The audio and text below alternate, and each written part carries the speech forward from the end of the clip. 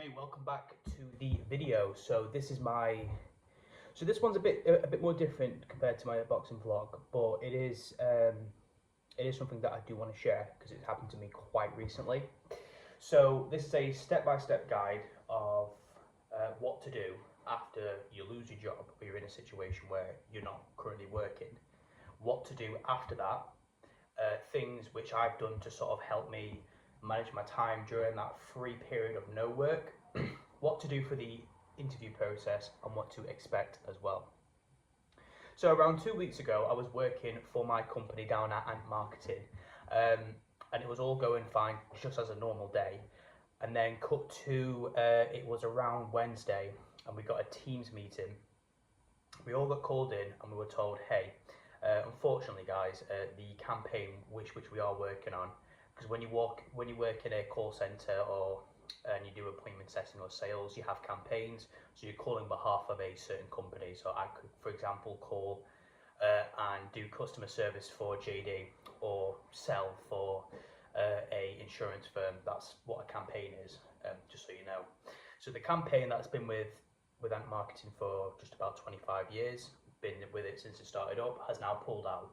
So they said, you are still employed, you've just got no work available for yourself at this moment in time. So unfortunately, by the end of this week, so it was a Wednesday or Thursday, after Friday, if you work from home, you don't clock in, or if you left your laptop at home, or if you work in the office, don't bother coming in until we call you to come and let you know that you're able to work. So at that point, I just thought to myself, okay, they must have another campaign coming on. So I messaged my manager privately, and I just explained to her, I said, hey, what exactly does this mean? How long would I be out of work for? She went, I couldn't tell you, but we'll let you know just by the Monday coming, so you don't need to worry about it. Comes on to around Friday, a few of my colleagues who I work with, they were still telling me, messaging me privately saying, hey, how do you feel about being, laid off or let go? And I was like, oh, I don't think we are. He said, no, we all are. I don't know why they've not told you. So I messaged my manager and she went, yeah, that's a possibility. You would be out of work, laid off. So it comes to Friday, right, unfortunately, I get a Teams call from one of the HR. I've been let go.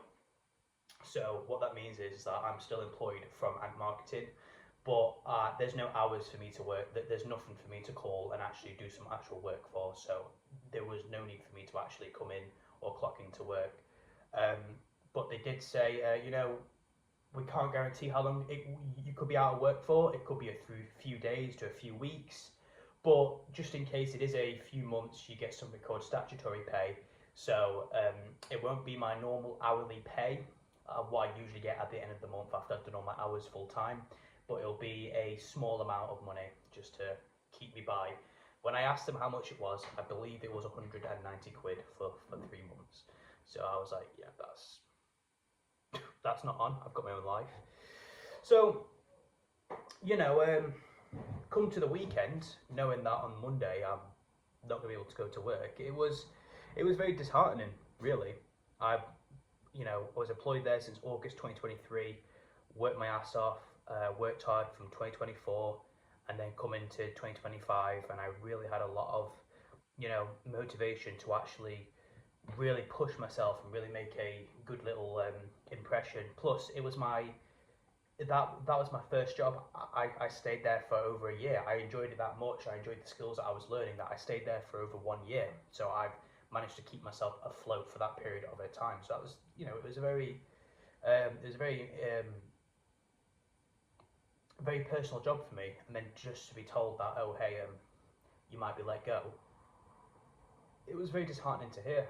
So I called my older brother and he was saying, look, in my company, we do sales and we do similar stuff to what you're doing. When we've been in a situation where we've had to think about letting people off or letting them go, I keep getting them confused. He said, we've always got work available for them to do. So, and if they are out of work, they get paid their full monthly wage because it's not their fault. But he goes, due to what you've told me, he said, I would look for a much more better job. It's just not worth it. So the thought of me being out of work for God knows how long, because I wasn't even given a time frame. If they'd said within the next 3 months, at least I've got an idea. They couldn't tell me when. It could be within 2 weeks. It could be within God knows how long. So the thought of having to go for that whole application again. I've not looked for work for in about nearly 2 years, and to having to go back into that situation, it is shit.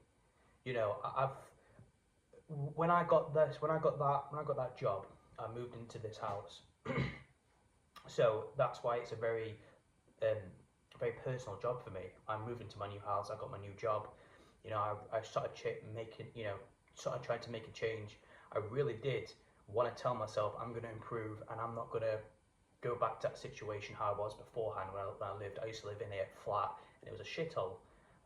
You know, my maturity wasn't there yet, but you know, I've managed to get myself there just to be told, hey, it could go down the pan. It was very disheartening.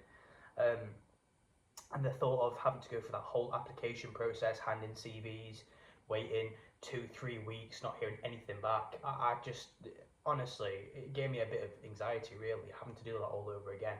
Now that I've got a lot more responsibility as well, compared to when I was 19, 20, 23, got a house, got a little dog, all that responsibility now, it was overwhelming. So anyone who's in my situation, whether you're a student or you're just someone who's working and you've got your own responsibilities, you know, having your main source of income be stripped away and you don't really have anything else to really do on the outside of that, do a bit of door work, work on the doors here and there, but that's not something I really want to live off and do full time, you just panic a bit. But so for me to just sort of give some points on what I did afterwards and how I improved from then on, and I'll explain where I'm at in my current situation now. So first thing I did, applied for jobs.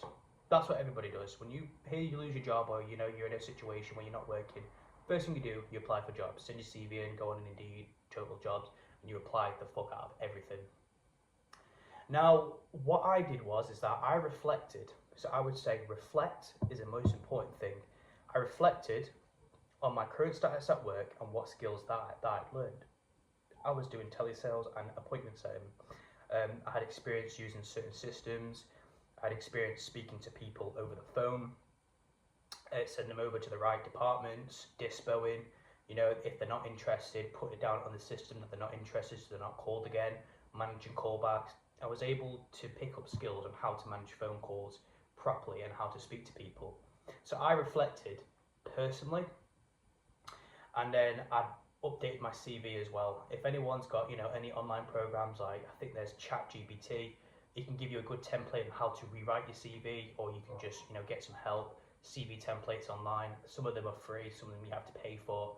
Redo your CV, add up the skills that you learned, because if you worked at a job for 2 years and you've not picked anything up, then you're the problem. I've worked there for nearly 2 years and I picked up a few skills, so I've made sure to put it in. So I reflected on that and what skills that I did learn, applied for a few jobs. Now, me in no way am I going to think that I'm too good to do any other jobs, really. What I mean is, I predominantly applied for sales jobs. That's what I wanted to do. My friend Rome's World, you might have seen his channel. If not, I'll put a link, put his channel in the description. He said it best. Why you think sales is the best job. I don't want to go into it. He's done a full video about it, but it is the most important job. The skills that you get from there are universal. I honed these skills where I can apply for jobs, and applications were all coming back. But I also don't care if I apply for a job at the Lidl. You know, I need some money coming in, and I'm more than happy to grit my teeth and just get any sort of money coming in. But I want to get a job which I've learned, picked up a few skills off. So I look for sales work, got my experience, and I've got it. So you reflect, you look on your experiences, pick appropriate jobs. But what I'm saying is, don't feel disheartened if you have to, you know, take a job stacking shelves or take a job working behind a counter. There's nothing wrong with that. If you need money to do your side business or whatever it is that you're doing, I don't know. Personally, I don't care what you really do. You need to do it. That's just how it is. So applied for all various jobs, but I mainly applied for predominantly sales roles. Afterwards, that would have been about, an hour a day. I've got all this free time on my hands. I didn't know what to do with it. I could have spent my time sat down playing on the PlayStation, or spent my time drinking or smoking some shit. What I did was that, okay, I went, okay, what am I going to do now? I've got all this time. I feel like shit. My confidence is knocked down a bit, and I'm applying for work, and I don't know how long they're going to come and get back to me now. I went to the gym. You might have seen some of my videos before. If not, I post regularly about my boxing. I go to my local boxing gym, and I've lost a tremendous amount of weight for that and got a bit of confidence for it. So I've been going down to the gym a lot. Went once in the morning, enjoyed it, and then I was bored throughout the whole day. And then when one of my mates finished work, he said, look, I'm going to go down to the boxing gym. I was already bored anyway. I went down again. You know, I've been going twice a day for the past 2 weeks, morning and afternoon, because one of it is just to get myself, my mind clear, and the second time I went, just boredom. What else am I going to do with that time? If you're not currently working, or you're in a situation where you're not currently doing anything, you've got all this free time, go for a walk, go do some fitness. I took a bit of time to practice a bit of my drawings as well. Caught up on a few skills which I could learn. Went on YouTube. When I don't really like to consume content, but when I do, I like to make it educational. Went online, looked at different ways I can sort of manage my money better, different ways of how I can sort of, dress better. As cliche as it is, I'm always happy to learn. And you can learn anything for everything.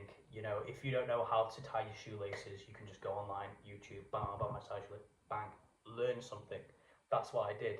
Did some exercise. Then I also learned a few things as well. How I can talk to people better when I'm in sales. How I can present myself better. How I can speak and communicate better. Always learn some skills. So I'd say keep yourself fit, learn, and catch up on a few bit of hobbies. As I mentioned briefly, I caught up on a bit of my drawings. I draw.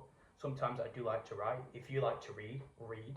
If you like to sketch, sketch. Keep your mind occupied, but do it on something productive. Because if you're just lying in your room till 2 o'clock in the afternoon, you've wasted your whole day, and you're going to be complaining about it later. And then you're going to feel like shit, and that's when you get angry and worked up, and you're not going to do anything productive. So you need to do something productive. So in saying that, right, get myself fit, get my mind preoccupied, get myself healthy. I went outside for walks. I took my dog out for a lot more walks as well, because there's nothing really much else to do. I had a good relationship with my dog now. And then I got a email. Hey, thank you very much for your application. I saw your interest. We'd like to, arrange a phone call to book an interview. So I did. So I want to mention this one particular phone call, because I think this has changed my perspective on how I see interviews and how I see new jobs. So this one was for a company called PM Law, which works in sales, but they do conveyancing, which is the legal practice of signing one ownership from a property and then giving it to another person. So I believe, if I can explain it better, is I bought this house, somebody wants to buy it off me. There's a middleman usually in between that who would help me sort of get my name off the current lease and then put that person's name on it, so then it's been certified that they've taken over my property. I think that's how you explain it. They called me in, and the lady was like, yeah, I can, I saw your application, you've got relevant skills, tell me a bit about yourself, yada, yada, yada. She went, I would like to book you in as soon as possible for an interview when you're free. I went the next day if you want. Okay, brilliant. So she said to me, I'm going to send you an email, so you refresh yourself on the job. But she goes, I would advise just to prepare for it a bit. If you want to go online on our website and take down a bit of notes about us, you can prepare yourself just a bit more. And I don't think I've ever been prepared for an interview. Now, some people might have. I know that I haven't.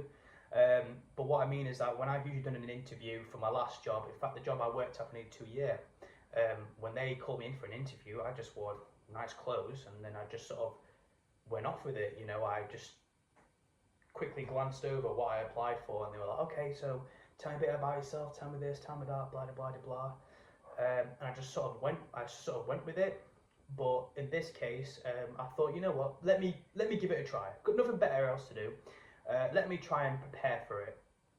So I went on their online website, took some information, who they are, how long they've been, in the UK for. They usually, we've been in the UK and we're a big company for 30 years. We've branched out to all these different places.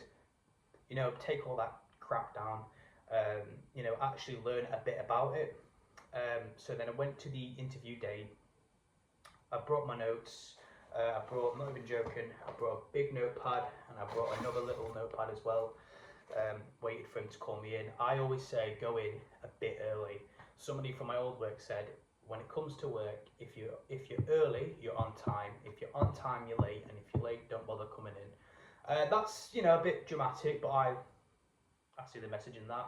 I always like to come in 20 minutes to half an hour early. Gives me enough time to redo the notes, prepare, and I just like to get myself ready, mentally ready to start work or do what I need to do. So they called me in. I said, look, I've got some notes here, can I bring it in? More than happy with it. Standard interview questions: what is your last job, is it relevant, all that rubbish. But then he asked me, what do you know about us? I was like, yeah, I've got a bit of notes. If you don't mind if I can read it out to you, I'll be more than happy to. He went, yeah, sure. Read out in my own words what I knew about them, not just a copy and paste from online, in my own words. And they were rightly impressed with it. I'd say my biggest issue with that was the confidence with it as well, because that was the first one to ever get back to me. I was really wanting to get this job, so I would say I was very erratic, sort of too eager. When you're nervous but eager, you're sort of like, I've just got a bit of notes for you here. You know what I mean, like that. So I think that was my downfall. But I would say preparation-wise, I was really prepared for that interview, which I'm really proud of personally. And they said, okay, yeah, brilliant, fantastic. Ask them questions as much as well. They goes, have you got any questions for us? I usually just ask him a little question such as, oh, have you guys worked in this type of job before? What was your type of job? Sort of poke and prod and get to know them a bit more. It's a little, I read a book by Brian Tracy called The Dark Side of Psychology. And The Dark Side of Selling Psychology. Don't know why, so it's mainly about sales. And when you're asking questions, you're getting them to open up a bit. And when they open up, they sort of feel comfortable to sort of share a bit more information with you, and they sort of feel a bit more at ease with you because they've opened up to you. And he was like, yeah, I've worked at this job, it's completely different to here. And there was 2 interviewers, and the girl was like, yeah, I've worked at the same job you worked at beforehand. Easy transition. So I was asking them as much questions as I can whilst keeping it relevant. So they let me know, okay, we'll let you know within the next day or 2. I get an email. Unfortunately, your application was unsuccessful. So that was another big blow to myself, because I even called up my friend as well, saying, oh, the interview went really well. I was really prepared for it. I really think I'm going to go get it. Application is unsuccessful. So at that point, I was even more disheartened as well. I'm out of work. I'm applying for jobs. I went to this one. I took my time to prepare, really tried, and they basically tell me. So I went to the boxing gym, did some more boxing, did some more walk, did the same thing, and it all felt pointless. But I was speaking to one of my coaches, one of my trainers. I did I do some pad work with me, and I told him my situation, and he said something to me which I kind of do want to share. He said, look, you have got something about you.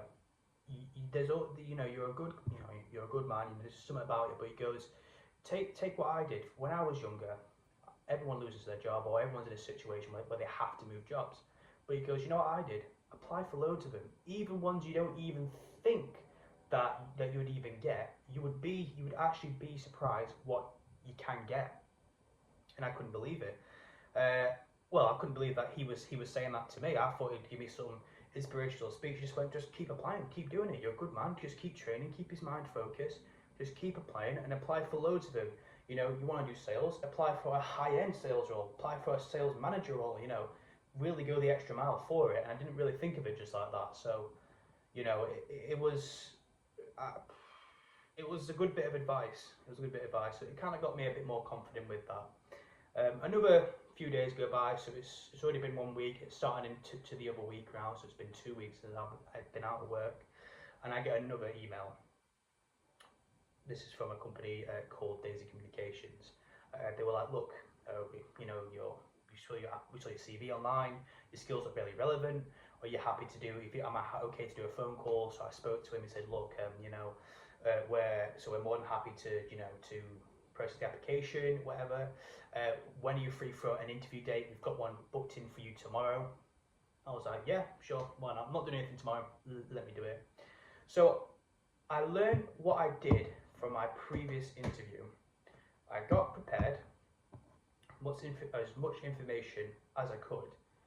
But in this case, when I went in, I told myself, I went, right, I'm not going to be bothered if I don't get it or not. It's disheartening, but I'm not going to be bothered. There's plenty more things to do from there on.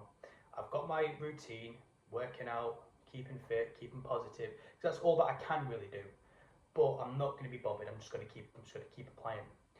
Went in, you know, the interviewer saw me taking some notes in the little reception bit. He called me in, showed me around the office. It did look really good, I have to admit. Pulled me into the interview. It was him and another young guy, all with nice suits. So it was like a Wolf of Wall Street type of vibe, you know, sales, you know, everyone doing sales and appointment setting, all the nice suits and shirts. I was asking them as much questions, but I'd say the difference in that one was I was a bit more confident as well. The quick replies, all confidence, wasn't really too, because I wasn't bothered, I wasn't scared, so I just asked them questions just straight up. Quick responses, asking them as much questions, and I think we just went and had a back and forth for a good few minutes. We did have a laugh and a joke as well, so I did enjoy that one. They let me listen to a few calls. I took a few notes of the calls as well, and I think they did appreciate that. I was actually taking notes, sort of comparing it to how it went with my old work and this one coming in. Pulled me into the interview and went, right, let's just finish it all up. You know, can't remember exactly what they said, which is a bit bad, but they said, look, right, interview's done. We'll let you know within the next hour if you've got the job or not. And if you do, we can get you started as soon as Monday coming. So it's the 27th of February 2025, which is a Thursday. I will be able to start work around March, the first few days of March. Hour later, speaking to my brother, I said, look, I've done the interview. You know, I hope it went well, but I'm just going to see how it goes from there. So, got a phone call. It was from the interviewer. Is this Jamal? Yes, it is. Okay, I'd like to offer you the job. Interviewers were both impressed with you. They were both impressed.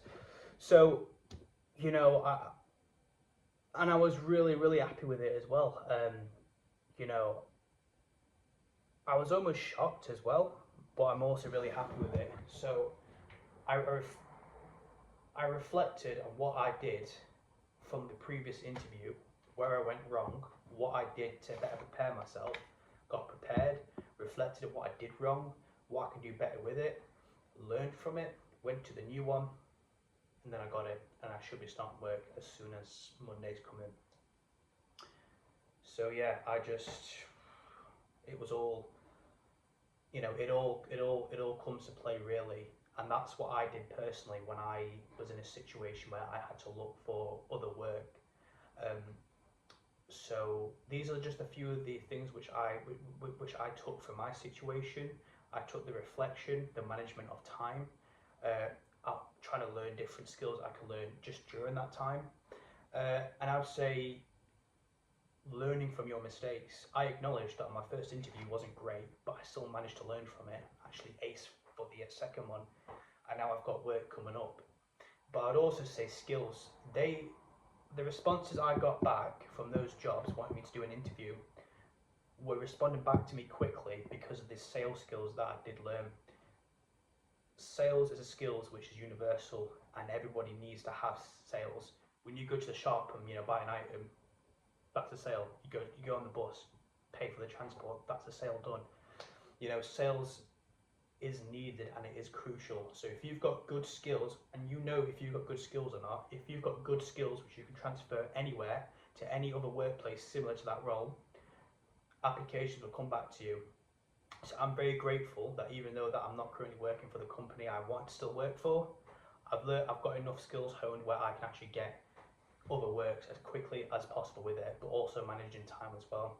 So that's just my take on my situation for the past 2 weeks. I've not been posting a lot of boxing vlogs, but this is my situation, and I'll be back on it just as normal within the next month. It'll be a bit tricky, but I might make sure to do it again. But yeah, appreciate the time. Take care.